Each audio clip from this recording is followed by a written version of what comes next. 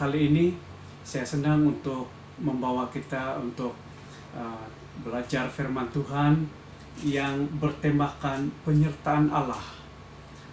Mari kita lihat bersama-sama di dalam firman Tuhan yang terdapat di dalam Kejadian pasal 39 ayat 2. Satu ayat saja. Kejadian pasal 39 ayat 2. Firman Tuhan berbunyi demikian. Tetapi Tuhan menyertai Yusuf sehingga ia menjadi seorang yang selalu berhasil dalam pekerjaannya.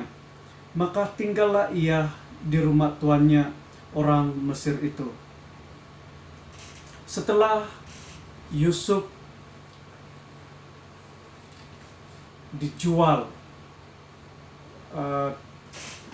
oleh saudara-saudaranya, barangkali lebih mudah setelah Yusuf dibuang oleh keluarganya, Yusuf akhirnya dibawa dan dijual ke Mesir.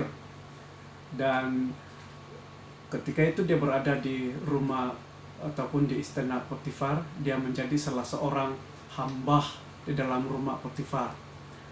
Ternyata setelah Potifar melihat potensi yang ada pada Yusuf, dia telah mengangkat Yusuf menjadi salah seorang pekerja yang baik. Dia melihat bahwa Yusuf ini adalah seorang yang mampu untuk melaksanakan pekerjaan dengan baik. Sebagaimana yang dinyatakan oleh firman Tuhan, Tuhan menyertai Yusuf sehingga ia menjadi seorang yang selalu berhasil. Berarti yang dipentingkan di sini bukanlah usaha daripada Yusuf itu sendiri, tetapi penyertaan Allah itulah yang sedang menyertai Yusuf di dalam pekerjaannya. Sehingga kita sangat meyakini bahwa penyertaan Allah adalah manifestasi kepada pemeliharaan Allah itu sendiri. Kalau kita melihat ataupun mengimbas kembali latar belakang Yusuf ini, ternyata ada banyak hal-hal yang pahit terjadi di dalam kehidupannya. Dalam bencana kehidupan pasti ada rencana Allah. Demikian juga dengan yang terjadi kepada Yusuf. Dibuang oleh saudara-saudara, lalu dibawa ke Mesir, dijual sebagai hamba. Lalu kalau kita perhatikan setelah berada di rumah Potifar, dia dianiaya oleh istri Potifar dan akhirnya dipenjarakan. Dan ini semua merupakan bencana. Saya percaya bahwa kita semua tidak menginginkan terjadinya bencana di dalam hidup kita. Tetapi ada kalanya Allah mengizinkan hal-hal seperti ini terjadi. Karena ini juga termasuk di dalam rencana Allah. Rencana Allah ini tidak dapat kita selami dengan akal fikir kita, karena dialah yang memegang kendali hidup kita, dialah yang memegang cerita hidup kita dari awal sampai akhir.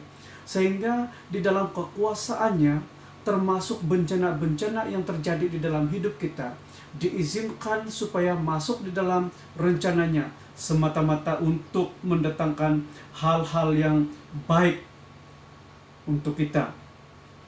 Di balik bencana kehidupan ada rencana Allah. Bukankah segala bencana yang terjadi di dalam hidup kita ini, jika kita perhatikan baik-baik, dapat menjadi pengajaran dan dapat mematangkan kita. Demikian juga dalam rencana Allah ada penyertaan Allah. Dalam rencana Allah ada penyertaan Allah. Allah mengizinkan hal-hal tertentu, termasuk hal-hal yang terburuk sekalipun terjadi dalam hidup kita, semata-mata untuk mewujudkan maksud dan rencananya yang terbaik di dalam hidup kita. Tidak semua hal yang buruk itu merupakan hal-hal yang tidak baik, karena ada hal-hal yang terburuk yang terjadi di dalam hidup kita, diizinkan oleh Tuhan semata-mata untuk mendatangkan kebaikan bagi kita. Tahukah teman-teman bahwa Yusuf yang kelihatannya menonjol, menarik, dan berkualiti di mata Potifar, itu bukan karena kelebihan yang ada pada diri Yusuf sendiri, melainkan itu adalah karena penyertaan Allah. Di dalam kehendaknya yang berdaulat, Allah menyertai anak-anaknya untuk mencapai level terbaik dalam kehidupan ini. Saya percaya bahwa baik kita menyadari atau tidak, sebenarnya yang terjadi di dalam kehidupan kita, di sebalik apa yang sedang terjadi di dalam hidup kita, ada Tuhan yang Maha Kuasa yang sedang memegang kendali hidup kita, dan Dia sedang merencanakan hal-hal terbaik di dalam hidup ini. Jika hidupmu bermasalah, Allah pasti sedang bekerja. Jika hidupmu berhasil, Allah pasti menyertaimu. Inilah maksud pemeliharaan Allah yang tiada tandingan. Firman Tuhan sampai di sini. Mari kita naikkan doa ini untuk mengakhiri renungan kita bersama. Doa Bapa kami. Bapa kami yang di sorga, dikuduskanlah namamu. Datanglah kerajaanmu, jadilah kehendakmu, di bumi seperti di sorga.